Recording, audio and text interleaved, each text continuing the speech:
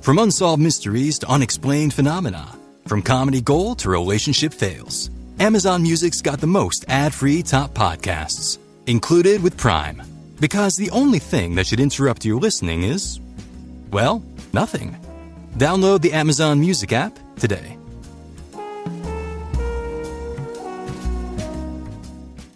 Hello, this is international football commentator Derek Ray, and you're listening to the Ranks FC podcast.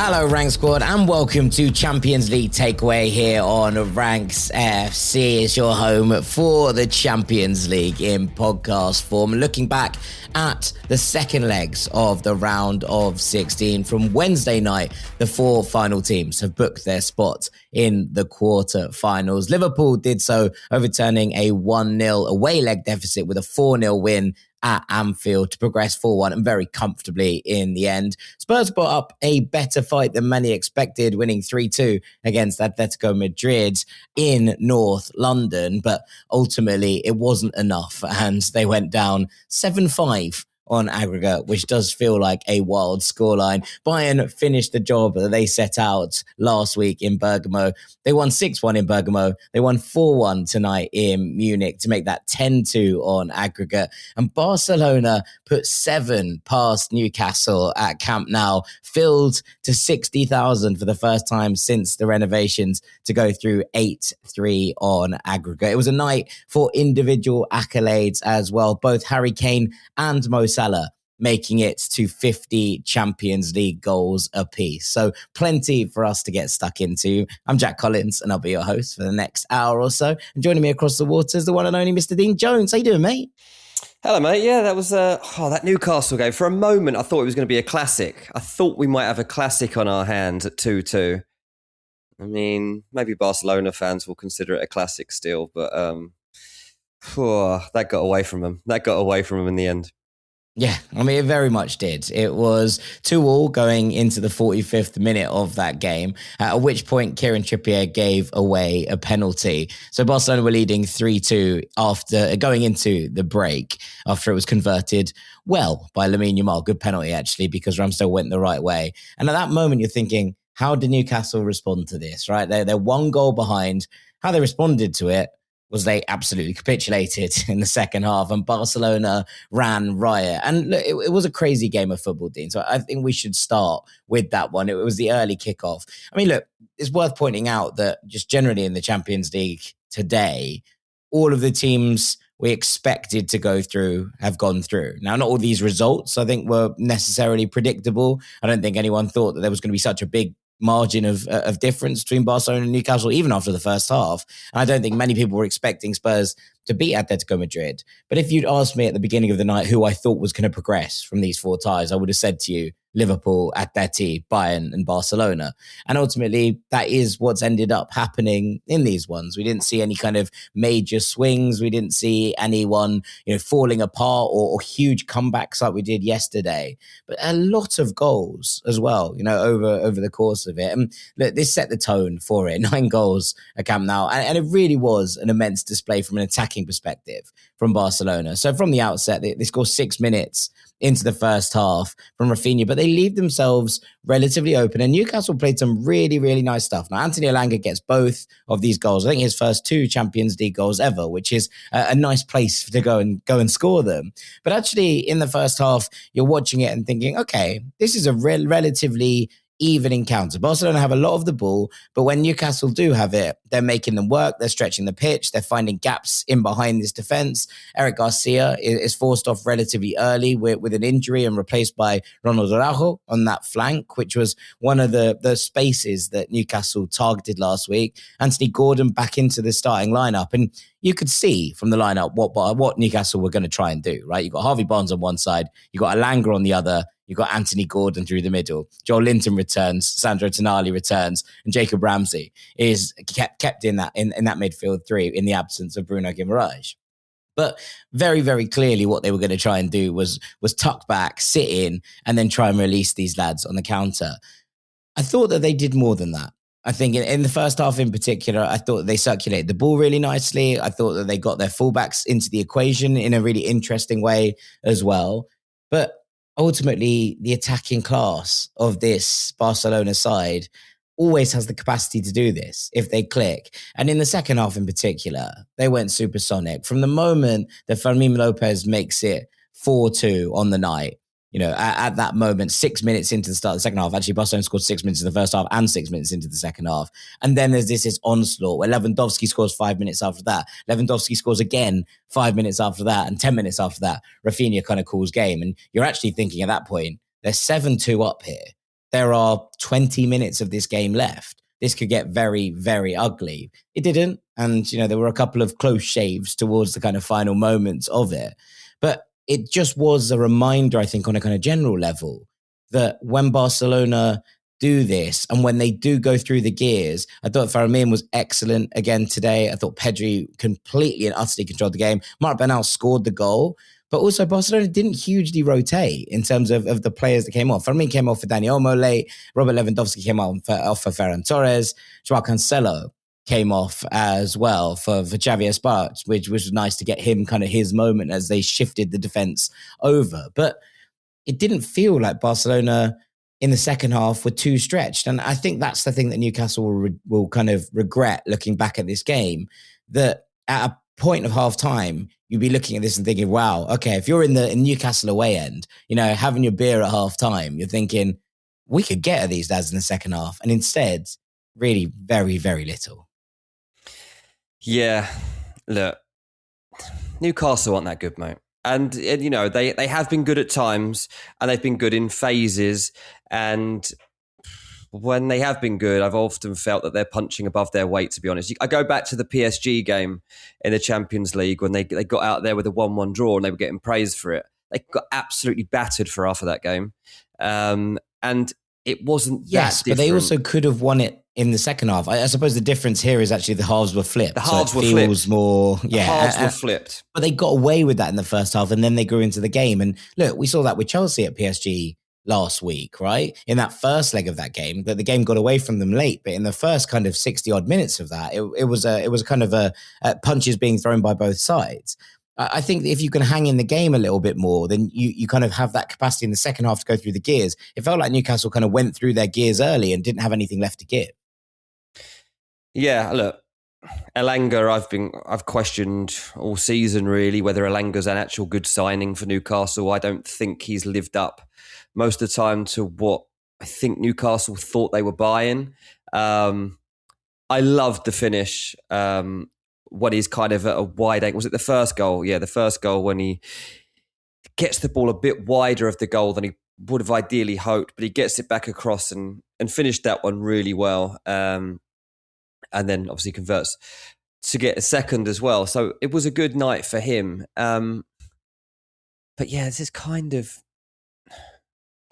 embarrassing, to be honest, in the end. It's a bit embarrassing because they were at absolute 6s and 7s in the second half. And I just think that goal from the penalty spot on half time just absolutely killed them. And that's kind of what didn't happen in the PSG game that I mentioned. And I don't know like how many people would have actually watched the PSG game compared to just saw it on reflection and were like, oh, they did well there. But what happened was that Newcastle in Paris got battered for 45 minutes, but scored an equaliser on the verge of halftime and went in at 1-1, as opposed to in this game were competitive for the first half and did really well to stay in it and look like they had as much chance of scoring as Barcelona. But then on the verge of halftime, they do concede a penalty, which is slightly hard. It's not that much in it, but there is a pull from Trippier. I don't know whether Rafinha was truly going to get there,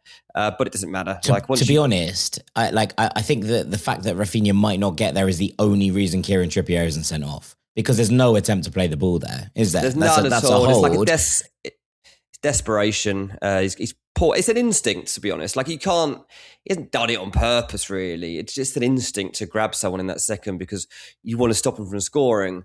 I think he wasn't going to get on the end of it, but he did go down. It was a penalty. Lamine Yamal converts it really well, and that changes things in the second half. Newcastle just got the runaround. They got the absolute runaround. And by the time we were into the second half of the second half, I mean, they were all over the place. Like they were looking around. Fourth quarter. The fourth quarter of this game, mate. It was like a kid's training session when you've brought in the B team to give the other team some confidence. It was like, oh my God, how many are they actually going to end up scoring here? Because they're just running them ragged. So they would have been relieved to hear the full-time whistle go in the end. Conceding 7 goals is bad, but this was a Barcelona team that were very much enjoying themselves in the second half, and they're hard to stop. Like when you look at the players they've got on the pitch, when they're in the joyous mood and confident, and they're 4-2, 5-2, 6-2 up, they're just going to play with a lease of life that you can't match. Yeah, I mean, look, the moment the second half kicks off, there is this just glorious pass and move element to the way that they play. And that off-ball running is what leads to the fourth goal. And I think at that moment, confidence from, a Newcastle perspective is completely shattered. But the run that Fermin makes here, and the kind of one-touch passing in the middle, it's kind of a ball one back there, and then it's flicked on, and Fermin has acres of ground. And you're looking at it, Malik Chow's like, he has to be offside. He's not. It's just a wonderful piece of movement in order to drag the defence out, open the gap, and then exploit it. And when Barcelona do play that kind of football, they are incredibly hard to stop. Now, that doesn't mean that they're perfect, right? And we saw that one in the first half with some individual errors from a defensive perspective. But also, I've said this before and I'll say it again, the reason that I think that Barcelona are the most entertaining team to watch across Europe, full stop, is because they are flawed. Because you know that there is the threat of that implosion. And you know that ultimately pressure can tell. But if that pressure goes the right way and the dial doesn't flick over the edge, then they're going to play some of the most scintillating stuff that you'll ever see. And this is what happens here in this game. But Newcastle don't do enough to flick the dial over the edge to find that kind of, oh, wow, we're in capitulation mode, which we have seen from Barcelona. Not all that regularly, I think, but we saw it in the Chelsea game. Obviously, they're down to 10 men in that game. You see it in the Atletico Madrid first leg of the Copa del Rey semi-final, where they're just being pulled apart. And Newcastle had done enough to worry that needle, I think, in the first half. But by the time the second half came around, with the goal advantage that the penalty gives them on the stroke of half time, there's enough to just dial it back that it's just on that verge of, okay, we're going to play you off the park. And that's exactly what they did in the second half. Yeah, absolutely. And they were enjoying themselves, and obviously Camp Nou was enjoying itself, right? Like, and seeing it full and bouncing again is really quite something. It was funny, and they were literally bouncing behind the goal. They've created this little area of ultras down the front in that pocket right behind the goal, and they were doing the old arms around each other, side to side bounce in the late stages. I don't know what you actually call that, but I see it at San Diego FC and all that sorts of stuff over, and it's very funny when people do it. Never seen it really in English football, to be honest with you. But also, it's been a long time since there's been much to jump around about. Yeah, it's similar to the Poznan. Not much to jump around about for English football at the moment, anyway. But yeah, the stadium's coming together. Barcelona are coming together. And it takes them in to the quarterfinals, where they will meet a Spanish rival, mate. Because, well, poor old Igor Tudor, he's won his first game and he still lost. This bloke doesn't have much luck at all, does he? Tottenham actually beat Atletico Madrid 3-2.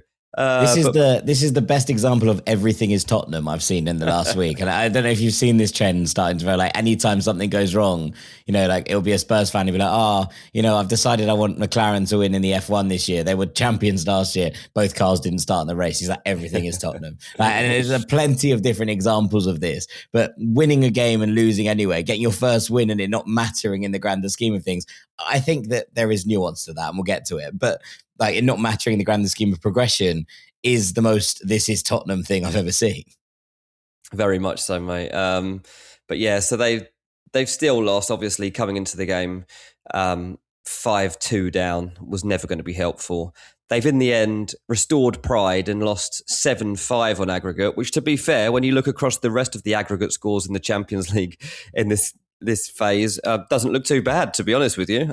They've come out with some fighting spirit and some pride and actually some reasons to hold hope for the rest of their season. Any Tottenham fan hoping that this was Tudor's last game in charge, if you really don't like him, they might be frustrated because he's now going to be very difficult to get rid of. He's drawn at Liverpool. Now he's beaten Atletico Madrid. So I think that he'll be staying for a little bit longer at least. This was a highlight reel, mate. This was Tudor's Cinema Club. Hey, another one of my favourite bands. Look, they got off to a good start, Spurs. They had to get off to a decent start, didn't they? They had to give the fans something to hold on to. It didn't look great initially, to be honest, because Ademola Lookman scored very early on. Fortunately, it was like 5 minutes or something. A VAR sorted that, and he was offside. So that was like a sigh of relief. It was that a would mile have been offside as well. Yeah, well, a leg offside. But yeah, if he'd have been onside, and it wasn't, if he just timed his run a little bit better, it was a little bit unnecessary that he was offside, then this would have been a very bad night for Tottenham. But nevertheless, it wasn't that bad because Matisse Tell suddenly came to life on the half-hour mark with a brilliant cross. Straight onto Kolo Muani, who stuck it in the back of the net. And half-time, I'm thinking, that was a good performance from Spurs and much improved. Spurs also should have been 2-0 up at that point because Matisse Tell then raced clear and it was a good save from Oblak to deny him. He should have made it 2-0. You're right. If it was 2-0 at half time, I think that there is genuine belief. Now, whether that is a good thing or a bad thing, and we can talk about what this result means for Spurs at the end, but there would have been genuine belief that they were going to turn this round if it was 2-0 at half time, I think. 100%, yeah. Maybe this is one of the problems with Matisse Tell. He had a good game, to be honest. But that one, I'm not saying it was an easy finish because it wasn't, but you've got to make those count in those clinical moments. And actually, Spurs were kept in the game by their first choice goalkeeper, Vicario, just before half-time. He made a superb save from a Simeone shot that was deflected. He got one, he managed to react quickly and put one arm up and kept one out. Proving that he is the number one around Tottenham these days. No need to change that goalkeeper for a while, Tudor. But look, second half, Atleti come out. Xavi Simons, I'm going to talk about him quite a bit in this. He goes down looking for a foul. That's not a foul. Spurs are moaning about it a bit. They carry on moaning after the consequences because ultimately Atleti break away and Alvarez ends up sticking one away in lovely fashion to make it 1-1. Tudor's looking towards the it's a foul. It's not a foul. It's not a foul. And this is... It's shoulder to shoulder. It's just nothing. It's just not enough there at all. Like, it's never going to be given as far as I'm concerned. And this is my problem with Xavi Simons. Like, obviously, Simons goes on to have a day that looks relatively good. In the 52nd minute, he scores, puts them back ahead in this game. Look, he owes them moments like this, right? He goes on to score another goal towards the end. David Hanko, by the way, actually killed this tie. Rank squad extraordinaire, David Hanko, a listener from back when the pod began, used to message us, even tell it. Oh no, what have you met him? Didn't you? You met him in New York. You and Sam met him in New York. That's when right. he was still at Fiorentina. Yeah, he was a listener. He was like, I love the pod. Friend of the pod, David Hansko. It's always good to see him doing well. So he makes it 2-2. Ultimately kills it off at that point. But Xavi Simons scores a late pen, which makes him come out of this looking quite good. I'm not sure about Xavi Simons, mate. Like, he's so up and down. His performances are all over the place. And he does owe Tottenham a lot of goals as far as I'm concerned. Like, he was such a big signing when he came in. And if you were to go back, like, through this dipped period, periods when Tottenham have needed someone to stand up, Simons just hasn't been there. Sometimes quite literally hasn't been there. But like, when he's brought on, I'm just like, I know you've got more than this. And we did see it tonight, but the moment when they conceded the goal because he was on the floor, it's like, come on, mate. Like, possibly could have got up there and fought to get the ball back. So that frustrated me a little bit. But yeah, look, Tottenham got the win. Udogie came on, by the way, and got 25 minutes. So that's another positive for Tottenham. But it's Atleti that go through. Look, Atleti, it's a hard one, I think, this one. So you come into a game, you're 5-2 up. And then especially you go 1-0 down, so it's 5-3. Your mentality is all over the place at that stage because you're like, well, what do we do? Because, like, are we just going to put up a wall and just not let them score? Or should we go and look for another goal that definitely kills this off? I did feel like Atleti were a little bit caught between mindsets in this game for sections of it. And I do understand that because it's a tough one to manage. But ultimately, they have managed to do it. And Tottenham, unfortunately, can't have any complaints because of the way they capitulated in the first half last week. I mean, with Atleti, it is quite difficult to kind of judge this because they made 10 changes from the first leg to their 1-0 win over Getafe in the Sufferball Classico at the weekend. So that lineup was Molina, Pubil, Jimenez, Longley, Vargas, Koke, Nico Gonzalez, Alex Baena, Thiago Almada, Alexander Solo. Today's lineup was Musso, Molina. Oh, Molina is the only survivor. Yeah, and that's because he scored a wonder goal at the weekend. I lie. They made 9 changes. Lenormand, Hansko, Ruggeri, Lookman, Cardoso, Llorente, Simeone, Griezmann, Alvarez. Like, that's an absurd amount of changes to make. So 10 into the game at the weekend, 9 from the weekend to today. And it felt a little bit like that. It felt a little bit disjointed. And look, I appreciate this rotation. And I do think that Atleti are one of those kind of strange squads where whatever the lineup looks like, you're like, yeah, that's fine. They're like, there's a lot of very talented players in here. And maybe bar the likes of Julian Alvarez, you're not looking at it and thinking, and maybe Ademola Lookman now as well, you're not looking at it and thinking, oh, okay, that's like a severely weakened squad from the changes they can make. And that's a strength and a weakness in some regards, because it's like Atleti have quite a lot of very good players and very few kind of great players and very, very few world-class players. And, you know, especially with our blackout at the moment. But in terms of just what they're able to put together, it looks disjointed from where I was standing. I think you're right about the mindset, caught between the rock and the hard place. And actually, if they'd scored that first goal, if that Lookman chance had gone in, then I think that maybe we see a very, very different game play out here, where Spurs kind of retreat into their shell and try not to kind of really, really get humiliated, because it would sap all the confidence that the draw against Liverpool gave them at the weekend. As it was, it didn't count. And so Spurs can then come out of their shell a little bit more. They score the opening goal. They should score a second one.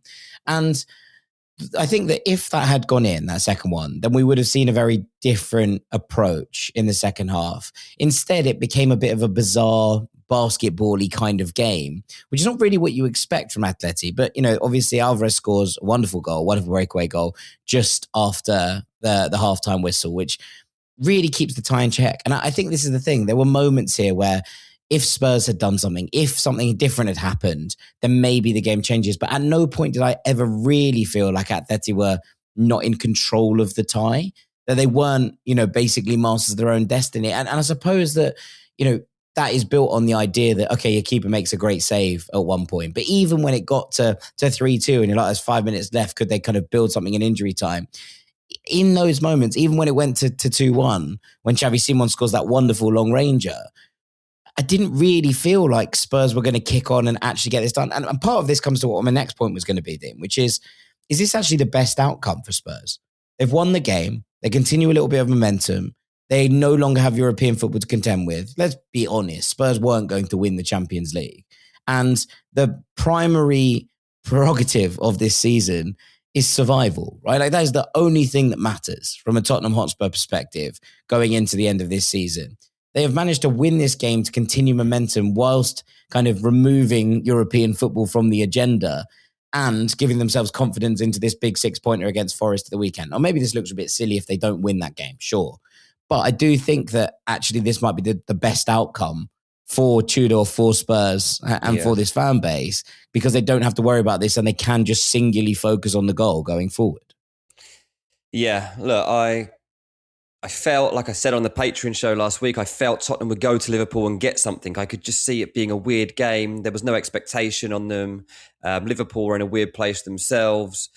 And it came off and they got something there.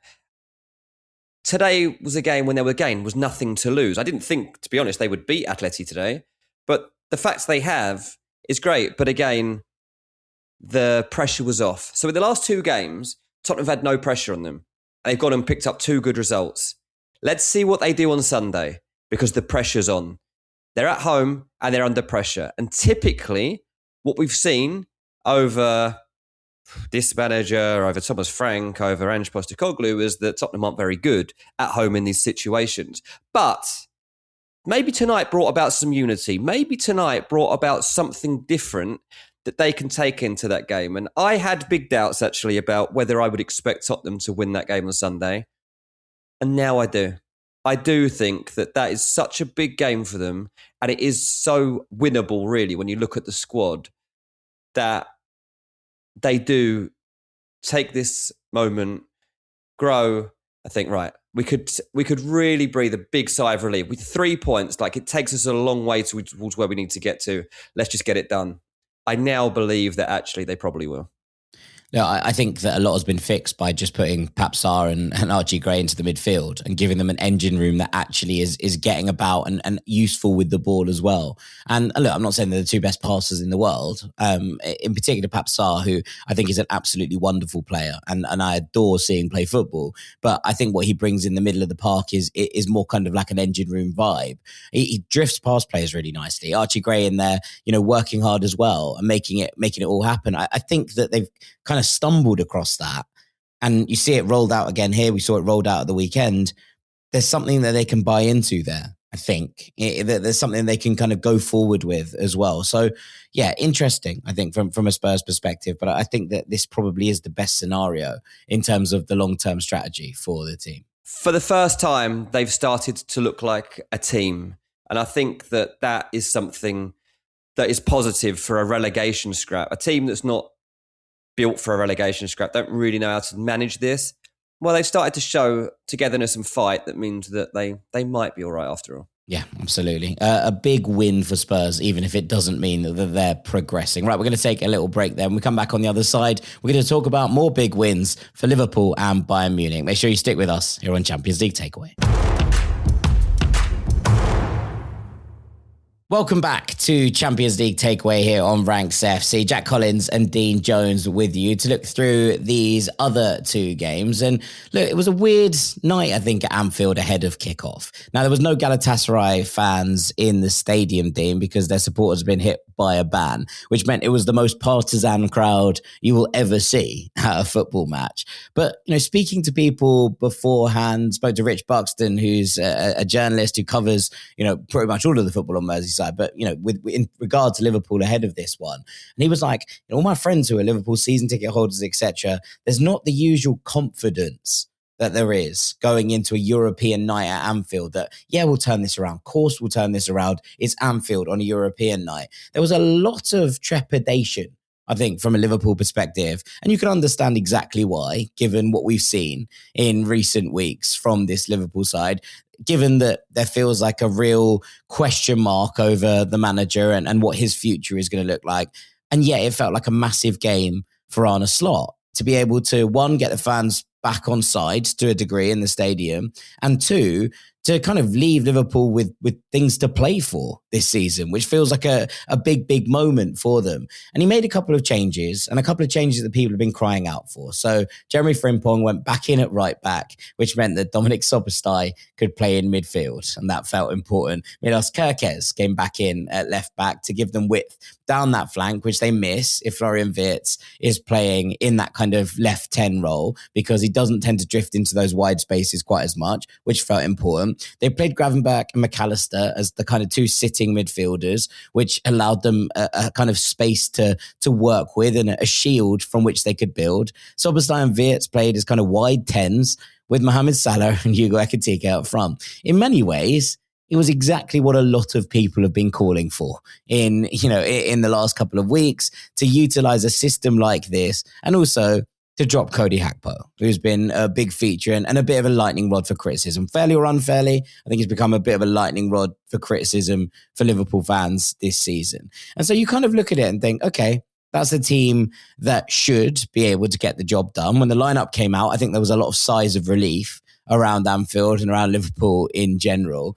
And you look at this Galatasaray side and you're thinking, okay, how are they going to play? Now, we know that Gala went to Turin with a massive lead over Juventus and very, very nearly messed that up. And they eventually got through that, but it took extra time against 10 men of Juventus after Lloyd Kelly got that red card. And you were thinking, how are they going to deal with not necessarily the atmosphere? This is a team that plays at Rams Park. They're used to kind of hostile atmospheres, etc., etc. But how are they going to deal with Liverpool on a European night?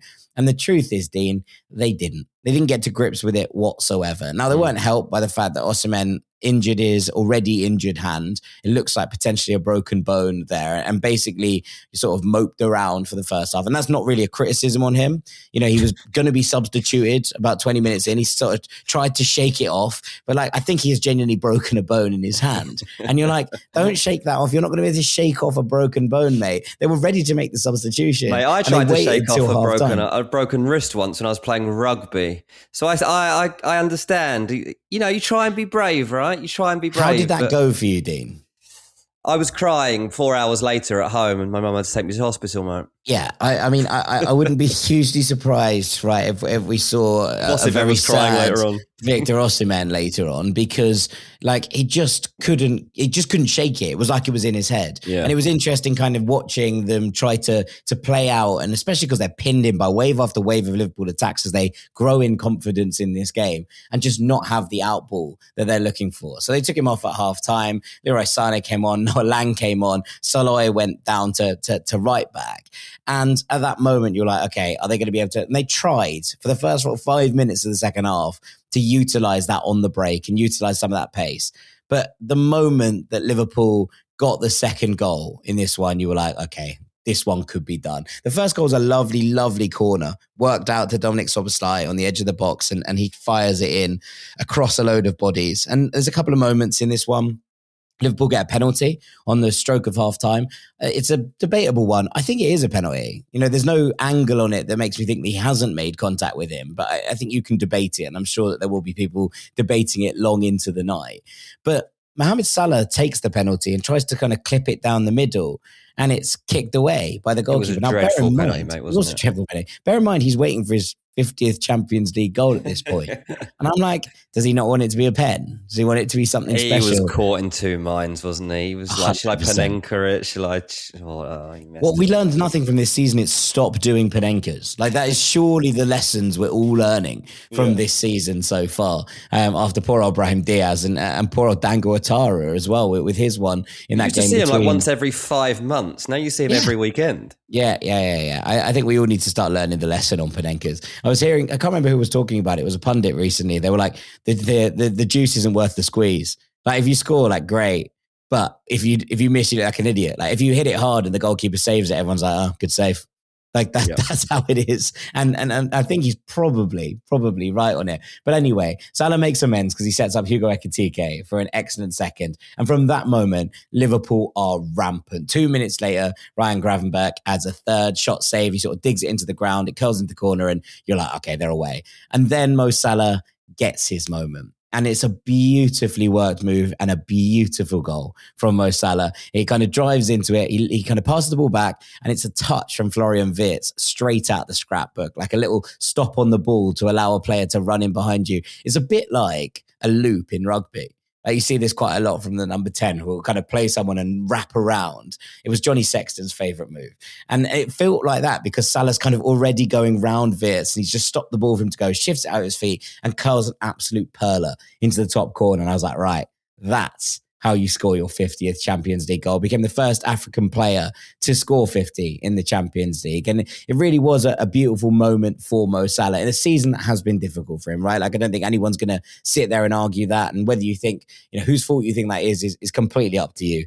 But I think that he's really needed that moment, really needed something to just kind of re-announce himself. And he's there, with the badge in one hand, giving it in front of the Kop after scoring this wonder goal. To make it 4-0, to like cool game in so many ways. And you're like, okay, cool. That's a special moment. A special moment for everyone who was there tonight, who I think would have genuinely found the atmosphere weird, without a section of away fans to kind of go a little bit back and forth with. At times I felt it was like there were moments with it where you're like, oh, the atmosphere is really good here. But I think there were times they were like kind of waiting for something to almost engage them again. And you were like, normally that's the away fans. You respond to something that they do. Instead, they were having to wait for moments on the pitch. Thankfully, I think Liverpool delivered enough of them. And this could have been 6 or 7. Obviously, we've seen some big scores today. This could have been 6 or 7. Liverpool had chance after chance after chance, had a couple ruled out for offsides and fouls in the build-up, etc. There's a 5th goal that McAllister scores. I still have no idea what it was ruled out for. Van Dijk just tries to head the ball. The keeper jumps into him. It falls on the floor and Alexis scores. And the ref's like, foul on the keeper. And you're like, obviously VAR will change that. Nope. At all. Like, you're like, no one is quite sure why it's ruled out. But either way, this was a big result for Liverpool. It was a system that worked on the night. It got the best out of a number of different players. We saw Liverpool kind of with these slick attacking moves growing in confidence over the course of it. They have a big game at the weekend against Brighton to try and bounce back in the Premier League before we get to the international break. And then obviously before that FA Cup game where they'll come up against Manchester City. And you're just looking at it thinking, okay, all right, because if they play like this and that confidence is back, they still have the capability of doing something pretty special. And I thought they showcased that well tonight. Yeah, look, the stats look like old school Liverpool as we look at them right now. They had 62% possession, 32 total shots, 16 shots on target. Gala had 4 total shots, 1 on target. You'd be forgiven to thinking we've gone on rewind for a year and this was the old Liverpool when you look through that. Obviously, it seemed a little bit sweaty for a while. Would they get through? Especially when Salah missed his penalty right on the verge of half time. I was like, oh, is that one going to go to extra time? Is that one going to be the one that gets dragged out? Or can they see to business here? And obviously they clicked into gear, got the job done in the second half. That's important for their season. It's important for Arne Slot too, because there are some Liverpool fans that really don't trust him right now. So he needed this one. You know, like there's lots of different stats in football and you kind of look at them and some of them tell you a story and some of them don't. I was watching this game thinking, this is complete and utter one-way traffic, right? Like there is nothing going on here which suggests to me that Liverpool are not going to win this game. And it was said on the commentary, it was like, there's only one outcome if it stays like this after half time. In fact, it got worse, like from a Galatasaray perspective. And I went on the match momentum chart, you know, on when you kind of get up these things on the score apps or whatever. And it was like Liverpool in red and Gala in white. The entire thing is red. Like the entire thing is red. And I was like, right, okay, cool. So the match momentum graph is telling the story of what happened in this game because it really, really was complete and utter domination. And again, we've seen Gala go away from home after a really positive first leg performance and result and just capitulate in very similar fashion to what they did in Turin. And if they'd lost that game, I don't think there would have been many people complaining about it. I mean, like lost the tie in that game. And I think that they will have very, very few complaints tonight either. This was completely and utterly deserved and a really, really important one, as you say, for both Liverpool and Arne Slot. Yeah. Talking of dominations, Dean, you watched Bayern.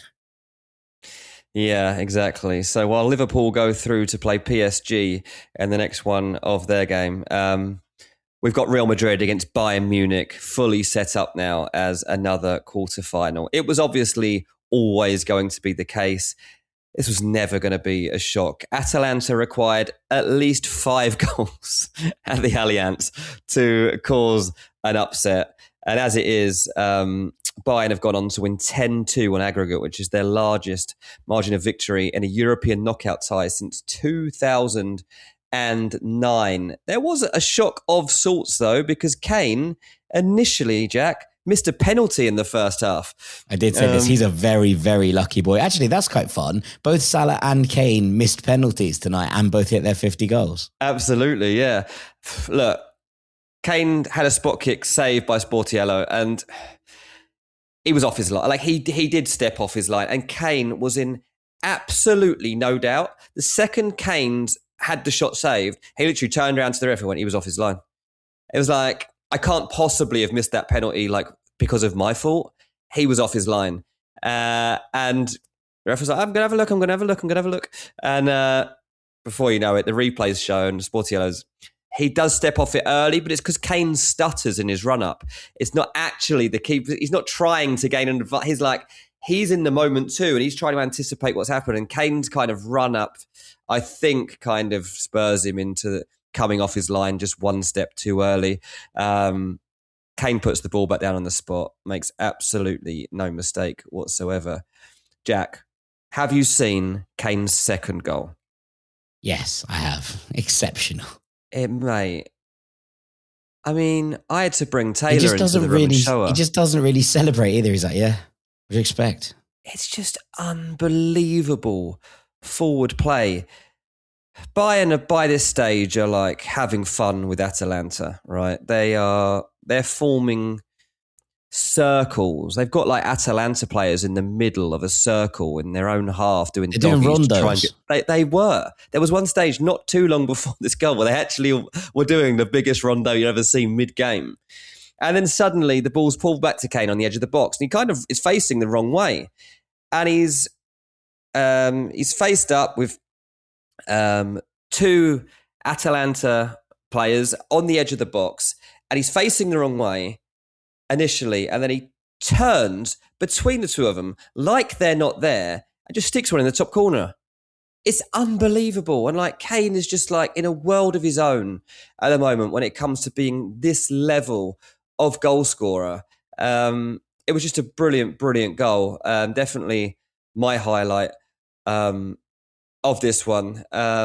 Lennart Carl went on to grab the third goal. Obviously, a nice moment for him, the 18-year-old. And Luis Diaz went on to grab a fourth for Bayern. Atalanta did get a moment of joy for themselves. 4 minutes left. Samardzic sticks one away for them. It's 4-1 on the night, 10-2 on aggregate.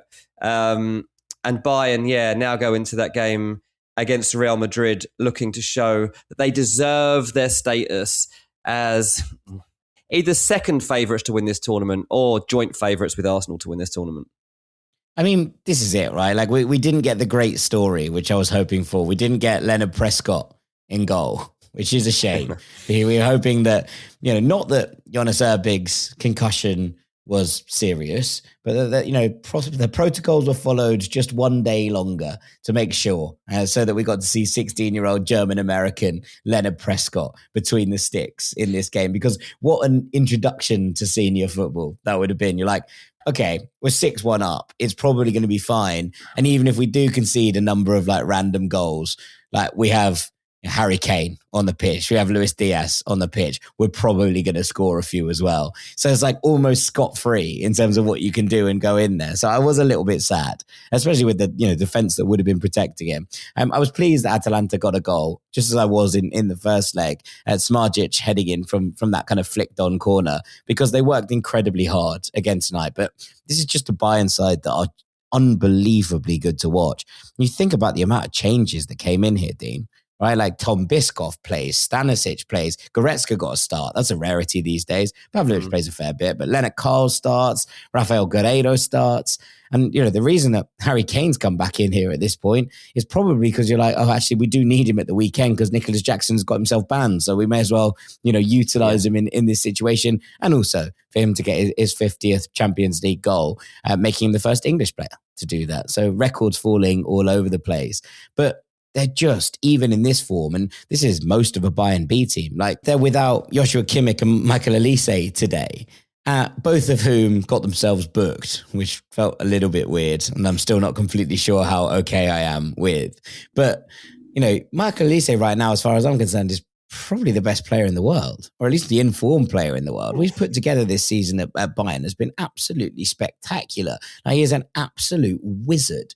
So to be able to do this without either of those two in the squad, your man who's in there and wearing the armband on a regular basis in Joshua Kimmich, who can play in all sorts of positions and does a job everywhere he goes, and Michael Olise, who's just been spectacular, scintillating all tournament long. And to do this to an Atalanta side who have been going, okay, obviously we're torn apart in the first leg, but have been going relatively good guns, who drew with Inter at the weekend. I mean, just spectacular. As far as I'm concerned, they remain my tournament favourites. There we go. Jack's back in Bayern. I'm back in Arsenal. Who are you guys backing? It's exciting now, mate. And we were saying yesterday about this is the stage in which there are no pretenders anymore. And when you start to look now at the lineups for the quarterfinals, this is pretty premium stuff that we're seeing in the elite competition. PSG, Liverpool, Real Madrid, Bayern Munich, Barcelona, Atletico Madrid, and Sporting against Arsenal. Like, that is a lovely lineup of games to come. Yeah, I mean, look, interesting. 3 Spanish sides, 2 Premier League sides, a German side, a French side, and a Portuguese side make up the final 8, which is interesting. I mean, obviously, the domination of English sides in the last 16, with 6 of them in there, was something well commented on. But this has been a pretty chastening experience for the Premier League sides. I looked at it earlier. The 6 Premier League sides conceded 30 goals across their ties, really? Which is just absolutely flabbergasting in so many different ways, Dean. You're looking at it and just thinking, that's on average 5 per team. Now, and you take on that Arsenal conceded 1 and Liverpool conceded 1, right? So like that then is 28 goals spread out between 4 sides. That's incredible. They've shipped 7 on average, the English sides, bar the 2 that have progressed over the course of this. That is as chastening as I think as you could have asked for. And look, as someone who enjoys sometimes when the Premier League sides do not progress, because I dislike the conversation that the Premier League is so far and away better than anything else in Europe. I feel like it doesn't pay attention or kind of nuance to the discussions going on elsewhere. Like, you look at that and it's a very, very hard one to defend as a Premier League fan, I think. Yeah, look, I've been wondering all season, and the debate's been there, like, has the quality dropped in the Premier League? Is this league as bad as we all think it is? And maybe the Champions League has shown it up to be, the levels have dropped. There is more parity now. And maybe the rest of football isn't as obsessed with corners and free kicks as the Premier League has become. Maybe that's part of it. Maybe the Premier League's been showing up in that respect.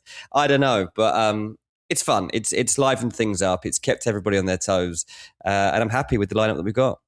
Yeah, very, very excited. Quick fire, Dean. Of those 4 ties, who goes through? Let's have a quick prediction. Real Madrid, Bayern? Bayern. Sporting, Arsenal? Arsenal. Barcelona, Atleti? Oh, I do think it'll be Barcelona. PSG, Liverpool? Oh, PSG all day long. Okay. That's going to be that could be the easiest out of all of them, mate. We'll see. We will see. Do you agree with me, or is there a major one you don't agree with? Yeah, I mean, look, I do on paper agree with you. I think it's going to be very interesting that we see the second legs of these take place, at the Emirates, at Anfield, at the Metropolitano, and then at the Allianz for Bayern. If Real Madrid were at home second, I think maybe I would consider that more, but I think that Bayern just feel too strong. I've just picked them as my favourites, and I think that they will be too strong. I also am interested to see what Real Madrid look like by the time that these quarterfinals come around. Does some of the big guns return? Something I've been talking about quite a lot. And I think that Barcelona Atleti tie might well throw up some chaos in the same way that we've seen, but I am super intrigued. I don't think it's going to be plain sailing for those 4 sides, but I do agree with you that those are the 4 sides that qualify. The other thing is we won't be right. That's what's great about it. Like this won't shake out like we think it's going to on paper right now, and that's what makes it all brilliant. Yeah, 100%. And with that, I think it's probably time for us to call this Champions League takeaway to a close. All that's left for me to do. Say a massive thank you to Mr. Dean Jones. Cheers, mate. I've been Jack Collins. This has been the final Champions League takeaway for a couple of weeks. We obviously have an international break. And then on the other side of that, the Champions League will return, as will your takeaway. But make sure you stay locked in to Ranks. We're going to be talking about some interesting stories over this international break. Perhaps some transfers, perhaps some World Cup build-up as well. The Truth is back on Friday, where the boys are picking their Premier League player of the season, as well as the player of the season from the rest of Europe's top 5 leagues. So that will be an absolutely fun one to get stuck into. And we'll see you all next week. Thank you, Rank Squad, for listening as ever. We'll see you very shortly. Take it easy. Peace.